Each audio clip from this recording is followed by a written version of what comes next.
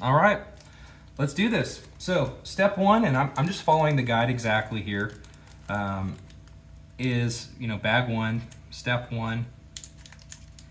Pull this bad boy out. Also, this little mat that I've got is really cool. I think maybe it's like 20 bucks or something like that on Amazon. It's just a soldering mat. It's got all these cool little compartments for holding things, and you can line out all your components ahead of time. I'm sure it's for all kinds of neat stuff, but it's great for what I do, because I kid you not, my mom has this beloved dining table, or she had a beloved dining table, and when I was in high school or college, I had a friend over and we were working on building a guitar amp, and my buddy dropped a soldering iron and burnt like this awful hole, not all the way through, but just this awful black hole in this beautiful maple top dining table, and you just kind of can't easily repair that. So anyways, I've had any number of that happen. I used to work on TV trays basically, and have all my stuff out, and I can't tell how many times I burnt holes in my carpet, or melted a little bit of the TV tray, or just knocked something over to my lap because it wasn't well supported. So having a good work surface is really, really nice. And then, especially when you're working something hot like a soldering iron. So I'm definitely not an expert, but I've definitely burnt myself a few times. So first step here, guys, is we're going to go ahead and put in these little standoffs. Now, I'm going to tell you, when I did this the first time, I made this mistake already. So I'm just gonna go ahead and tell you, if you're not reading the instructions well, or you think, oh, it's just there, it's simple, it's easy. These locking tabs are not the same, and you probably can't see it very well, but if you look at the manual, it's pretty clear. One is like a locking end, and it kind of has like a I don't know, it's like an arrow point kind of thing, like it cuts in, and so when you stick it through, it's meant to stay in place, and that's the part that's going to go into the color module. And then this side is more like looks like a ring pop shape. I don't know, it's the best way I can describe it, but it doesn't have any ledges on it. It's just more of a nice straight angle. So this is the end that's meant to be removed, and that makes sense, right? Because I'm going to pop this into the color module side, and when I am changing out color modules on my color palette, or my color duo in this case, I don't want these coming off this guy. I want them coming out of the color duo instead. So make sure you get these oriented right, because I definitely made that mistake the first time. There's no special art to doing this, or at least I don't know of a special art to doing this. You just kind of push them in, and it is what it is. But yeah, you'll see again, these are meant to stay in. They're barbed, I guess you could call them. One nice thing that the good guys at DIY recording equipment did is they gave you an extra one. I don't know why. I guess it's one of those things, kind of like IKEA, right? It's like better to sell a kit with a little extra than to accidentally sell one that is missing one. So I do appreciate that. I don't know, maybe I'll make a necklace out of it or something, but yeah, right now, or maybe they're just prone to break, I don't know. But yeah, so step one, done. See, this is easy. The next thing we're going to do is put in the 8-pin header. Now I'm going to tell you, I didn't make this mistake when I did this earlier on these CTX modules. I did this on another color module before. So the orientation of this stuff does matter.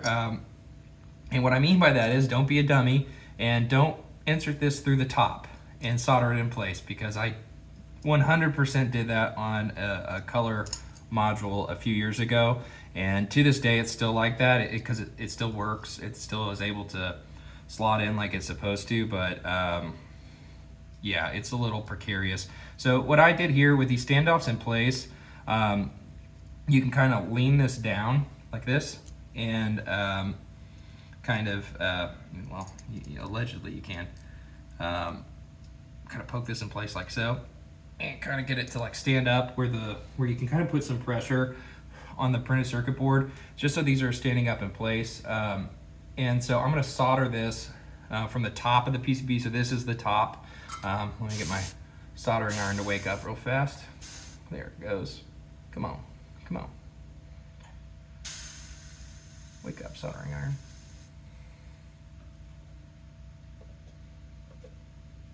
Okay. So this is a brand new tip, and I bring this up because if you're not used to soldering, some things to know. So this gets hot, right? And mine's heating up a little bit right now. It's been asleep or whatever. You think, okay, I guess some things to think about, right? Like one of the things you can do here is, or you should do, is put a little bit of solder on the tip of your soldering iron. Not a ton here, right? Just kind of a little bit to get it going. And there's some reasons you do this, right? It's good to know that your soldering iron tip is hot enough to melt the solder. You want it to be able to melt freely. I've got this little it looks like a chia pet with metal shavings in it or something like that. This is a way to clean off the soldering tip. I just kind of like to load up a little bit of solder on here. I don't want this much on the tip when I actually go to solder. I want it to be a little more light, so I just kind of dip this in here, and I just want to see, like, you'll see just a little bit of solder coating it. And having that solder in place is important when you go to solder, because when we go to do this, we're going to basically heat up whatever we're soldering, like in this case, the socket.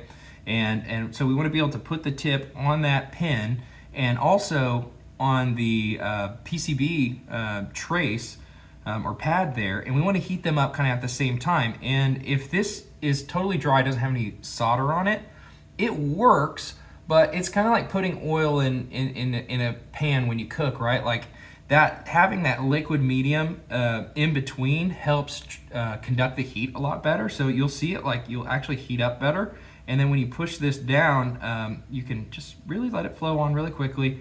One thing, you just want to see that pad get covered. You want to see that lead covered. It almost has this capillary effect where it just seems like it sucks the solder on to everywhere it's supposed to be. I mean, it's going to be hard for you guys to see this, and I don't know how well this can translate on camera in general, but what we're looking at, and you'll see kind of like some dark stuff around there, don't worry about that, I'll explain in a second, but what I'm wanting to see here is like a nice shiny soldering joint, nothing crazy, right? Just shiny and completely covering the pad and the pin. And the other thing I want to look at just for this particular purpose is I want this to be pretty flush with the board, right? I don't want this, because what I can do is when I solder that first pin in, this could have been sitting at an angle a little bit, and this would have been off the board, and then, you know, you could have soldered all of them without knowing, and you basically would have cemented this in as being at crooked. And then when you go to put that down in your color module or color palette, whatever it is, sorry, it's not gonna work right, and you run the risk of putting strain on those connectors, or you know, just not fitting right. And so what I was doing is when I was soldering, I got the solder heated up, and while it was when I took the solder away, you might have seen I kind of pushed down with my finger, and what I was trying to do was just get that to flush up while this was cooling down and solidifying. So now it's solidified, it's kind of in place, right? So it's really easy for me to go in, again, just kind of touch both things, let some solder flood in, and boom, it's simple. And guys, I promise, like, I'm not very good at this. It's just not hard. A new tip and a hot soldering iron, like, makes all the difference in the world. One of the things that I struggled with at first when I first started learning how to do this, making sure your soldering iron is hot enough. And if you're buying one that doesn't have temperature control, it kind of is what it is, but do your research before you buy them, read some reviews. But you know, if you don't get this solder joint hot enough, and then what happens is you kind of like barely melting the solder, maybe sometimes incompletely melting the solder, and or maybe it's just not quite hot enough to really flow evenly. And what you'll notice is a pretty dull finish. So, like, you know, you're not expecting like chrome, super duper shiny or anything like that, but they should look pretty reflective when they're done well. And if the joint's not hot enough, you'll get what's kind of like a cold soldering joint, and you will be able to tell, like, it will look dull, it won't look shiny, and you should really question the efficacy of that joint at that point, because there's a good chance that you haven't made good contact to the PCB trace or the component lead or whatever the things you're trying to solder together. And when maybe it's good right then, and maybe you could put a meter on it, it would look good then. What tends to happen is over time, as things move around and you know, shake and all that jazz, what tends to happen is those things start to separate, and then you've got intermittent connections and stuff. And I tell you what, if I'm ever repairing a guitar amp or anything I think is not like working properly, has some weird electrical problem, the first thing I'm looking for, aside from like, you know, burnt spots on components and things like that, obviously failed components, is I'm just quickly scanning the circuit board and I'm looking for cold solder joints, right? Because they stick out like a sore thumb compared to all the stuff that's properly heated and soldered. So something to note there. Again, that's step 1.2, put in the header. But yeah, we've got all 8 pins soldered. This is nice and flush to the board. It feels solid. All the joints are shiny. You'll notice there's like some black, it's not black, but like you can kind of see like some kind of like goop or residue around the traces. Don't worry about that. You can clean that up. You can come in with some isopropyl alcohol or something like that, and just maybe like a toothbrush or something real soft, and you can kind of scrub that away. So I've got a piece of blue painter's tape. Nothing special about it. What I'm going to do here is just kind of put it over here. Again, the idea here is not to be crazy. This is a very temporary fit. I do kind of like burnish it. I think that's the word. Maybe that's not the word. But anyways, I just kind of rub my fingernail or the back of my fingernail over it. Just make sure it's got a good tight fit, and then I just barely wrap this over around the edge because I don't want the tape to be in the way. This is probably a little too big. But the idea here is we got something holding this in place, and actually I'll probably tear off some of that to get it out of the way. I want to make sure I've got plenty of room to access the actual soldering joints here. So I don't want that to be too big. But here's what we're looking at. Again, it's like, these are great instructions. I mean, seriously, if they hadn't told me to do this with the low-tack tape, I probably would not have. You know, I probably would have done all number of things and probably got solder into the socket and, you know, just done a bad job. So these are why these kits are great, guys, because even if even though I've done several of these kits at this point, you know, there's still mistakes to be made, and they've made a lot of mistakes for us, or they've applied their experience for us, and it's a great community. The DIY pro audio equipment stuff and DIY recording equipment is kind of obviously a pillar in that. They're just really cool. So, you know, get in there, make some mistakes. So anyways, the same strategy applies. Heat up both things, let the solder flow. And again, you kind of are just looking for that kind of capillary action. If you do any woodworking or, you know, I don't know, there's other things I guess that applies to, but just watching that kind of solder just suck up. It's just kind of a little ASMR, I guess, in a way. And so you just watch that go up, holding it up, heating it. Again, just making sure your tip has a little bit of solder on it. And the idea here is I'm heating up both of these things to the right temperature and then flowing some solder onto it. Nothing crazy here. Good deal. Good deal, good deal, good deal. So I'm just doing a quick review. Everything looks good here.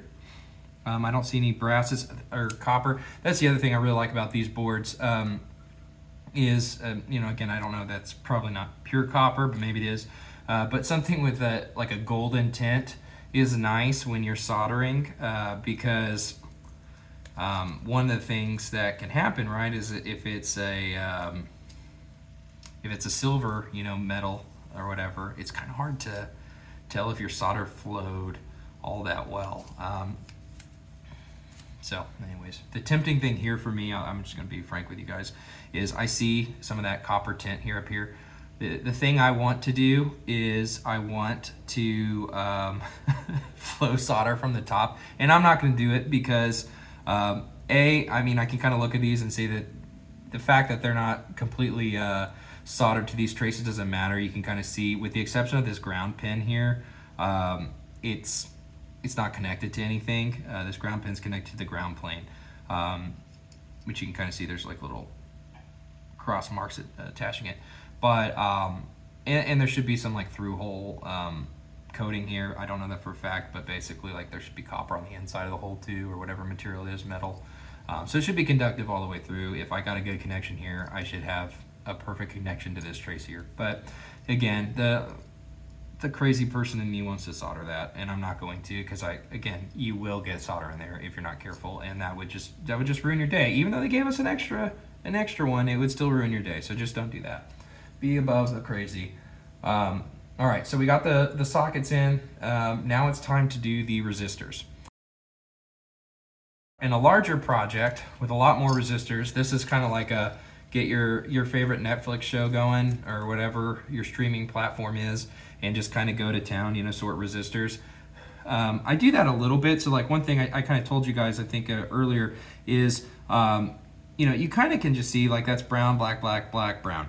I'm just gonna set that over here. I don't see any other ones like that. I do see like a yellow, purple, you know, resistor in there. I know there's another one. I'm not doing some heavy sorting here. I'm just doing some quick, you know, trying to save myself some time later. But you can kind of sort these things out this way, and those might be the only ones. Oh, I will tell you, this is not an exercise for those who are visually impaired in terms of color. I was thinking about this as I was doing this earlier. I don't know a way around this. I can see color perfectly fine, and red and orange are just like kind of tough.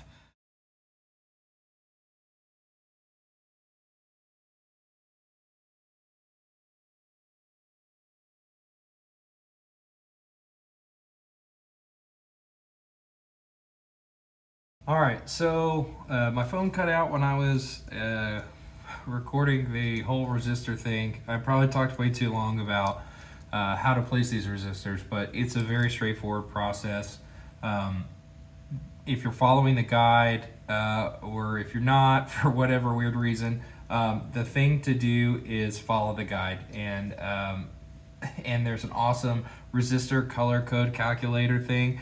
I was saying before the video cut off that one of the things that is difficult is if you're visually impaired, whether you just kind of can't make out the lines or you can't tell the difference between the colors, that won't help you very much. So what you need to do is use a multimeter and just, you know, put your probes on it, measure the resistance, sort them that way.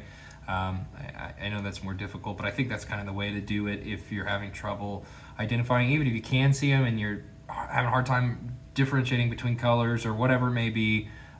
Just do it.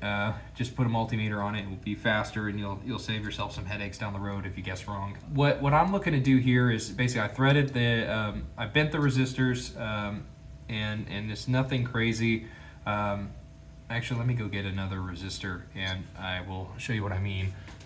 Here's a similar resistor on hand. So all we're trying to do here is just bend the lead so they fit the hole spacing better. What I like to do is grab the resistor by the body, and I just put a little bit of pressure and bending it close to the edge here, and then I grab it here, just kind of make sure I'm pushing in the same general direction on the other lead, and I bend that one. And again, don't try to be too perfect here, because this is just a rough way of doing this. Once you actually need to put them in the holes, the spacing might be slightly different than the width of that resistor. So if you go too crazy, it actually is kind of harder to get it to like sit into place. But you'll push those through, fold over the leads, and and what I mean by that, again, I'll just kind of show you this other resistor since it cut off before I could show you, but it's pretty clear in the manual how to do this. What I'm looking to do here, and this is not where resistor goes for the record, I'm just kind of trying to give you a proof of concept. Sit that in there so it's like flush to the board, or pretty close to flush to the board. And then I fold these over, do it slightly at an angle. Don't do it like straight over like I just did. Just kind of have them pointing a little off from each other. And reason being, when it's time to solder, if they're lined up like perfectly parallel to each other, you'll end up soldering the leads together, which is not what you want to do. You'll short out the resistor, and it won't be doing what it's supposed to do. So do it like this. Go ahead and make sure it's out of the way of the other solder pad. You're going to solder, boom, and then you'll clip the lead, solder, clip the lead, etc. And you just kind of keep doing that until you get these in. And again, you're looking for nice, clean, shiny solder joints. So